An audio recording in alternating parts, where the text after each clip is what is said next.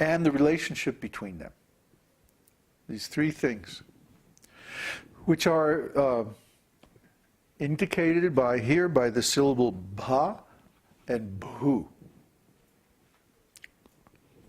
Okay, so this is very deep. It's not only poetry, it's not only a play on words, it's a play on meanings. And it's a deep, deep harmony between all the most important scriptures in the Vedas. You see, no ordinary human being can write this. It's not possible. You couldn't sit down and say, okay, now I'm going to write this, and then think all this stuff in your head and get it all together, and then express it in perfect Sanskrit, with all the rules and everything. You see, it's not possible. And there's another principle too, which is that the beginning of a work or a series of works expresses the purpose or the mood of the whole work. See, like in Śrī Viṣṇusahasranāma, Om Purnamadaha Purnamidam Purnat Purnam Udachyate. The Lord is complete and perfect, and all the emanations from Him, such as this material world, are also complete wholes, perfect, complete in themselves. He's so complete that He can emanate unlimited complete units, and yet He remains complete and full of potency, not diminished in any way. That's God. That's Krishna. So here we have, and this mood, this same theme, actually pervades all the Upanishads. All the Upanishads have this theme coming up again and again and again. Now, who is the creator? Who is that person who emanates everything? Where from is all these things coming? Which is the energy, and which is the source of the energy? We always see that energy has a source. Like the light that's coming over there, you see? The light that's shining here and making the shadow here, that is the source of the light. A very bright light over there. Or when we see the sunshine, we know that the sun is the source. And when we see the rain, we know, or the stream here, we see that the ocean is the source. And the sky is the source of air, and so many things. Okay, so every energy has a source. But what is the source then of the soul? What is the source of consciousness?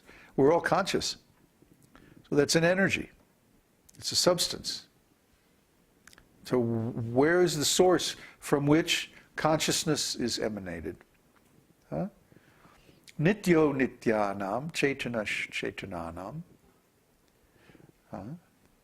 There are many, many eternal entities, and there are many, many conscious entities. And there is one source for all those eternal conscious entities. And who is it? It's He who maintains all of them. Yo vididhati kama. Eko bahunam yo vididhati kama. There's one being who maintains all the rest. That's Krishna. He's giving the desires, He's giving the needs, He's supplying all of the requirements of all the other living beings. He's the supreme. He is the source from which everything has emanated. So this is so beautiful. I mean, we can take one shloka and we can go deep and deeper and deeper and deeper and deeper and deeper and expand and expand and expand and more and more and more. And there's no limit. There's no limit. And here's so many shlokas. The whole book is full of shlokas like that. And each one of them is totally significant. Each one is completely full of transcendental meaning. You can just sit here and take one word, even one letter of one word, and you can just go deep and deep and deep into it, and you can understand so many things just by analyzing one letter, one word. So this is the way to understand Vedic knowledge. We don't read the Vedas like a novel or like an ordinary book. even though sometimes there may be stories. That story is only the top layer. Just like if we go out in the garden here, today we brought a bunch of organic material for our garden, and we spread it all on the top. Then we put straw. So the top layer is straw, and then there's compost, and then there's some grass, and under the grass is topsoil, and then you go dig down, there's a layer of gravel, and under that is more topsoil, as deep down as you can go. You can just dig and dig and dig all day until you can't see daylight anymore. So the Vedas are like that. The Vedas are rich, and they're full of meaning, and they're full of substance, and they're full of esoteric, deep esoteric, hidden, recondite meanings. And you have to know all the Vedic literatures. You have to know Bhagavad-gītā, 1,000 Names of Vishnu, Vedānta-sūtra, Śrīmad-Bhāgavatam, Upanishads. You have to know Mahabharata. You have to know all these different esoteric literatures. And then you start seeing, oh, look, this one says this over here, and that reflects what that says over there. And then this here casts light on this other mystery over here. And then, and so much. And you can go on and on and on studying these things. And more wonderful and more sweet and more brilliant meanings come out. The deeper you study. If you start to study Sanskrit, you find out these shlokas, they seem so simple, but they're so intelligently composed and so perfectly composed. One after another, after another, after another, after another. You just try to compose one shloka like this. It might take you a year. But then you look at the Vedas, and there's thousands and thousands and thousands of shlokas, and each one is totally perfect. It's not possible for a human being to write this. Simply not possible. So if we look in the Vedas, the Vedas themselves explain their origin. They say that they come from the sound of the breathing of the Lord. They come from the breathing of Mahavishnu. They're eternal. The Vedas are not a product of a material being or material intelligence.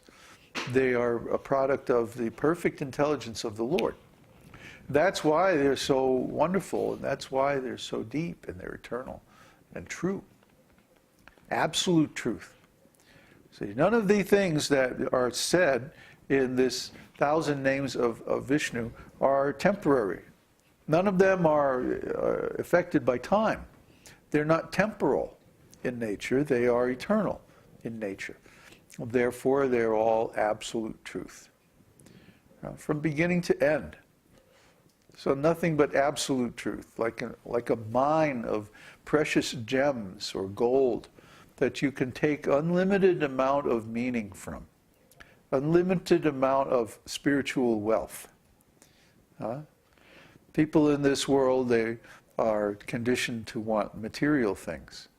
But material things can't really make us happy. So without spiritual advancement, without spiritual consciousness, we can never really be happy the way we want to be. Take it from us. We all experience this. That when we come in contact with this transcendental sound vibration, then finally we get satisfied in this life. And until then, there was always some scratch that we couldn't quite itch, deep inside, deep in the heart. Some need that we could not fulfill, way, way down deep inside. And what is this need? It's the need for absolute truth. You see? Every level of the human being requires the right kind of food, the right kind of nourishment. The body requires good food of the ordinary kind. The energy of the human being requires work, which is suited for the nature, the person's nature. You see? And if we don't get that, we become weak and sickly, isn't it? We lose enthusiasm for life and for our activities. Similarly, the mind of a human being desires beautiful things. We have to have beautiful things. We have to have enough beauty, enough aesthetically pleasing sense impressions to remain interested in the world of the senses and so on. And then the intelligence has to have what? Truth. Truth is the food of the intelligence. You see? If you are not able to get sufficient truth, then your intelligence becomes stunted. Try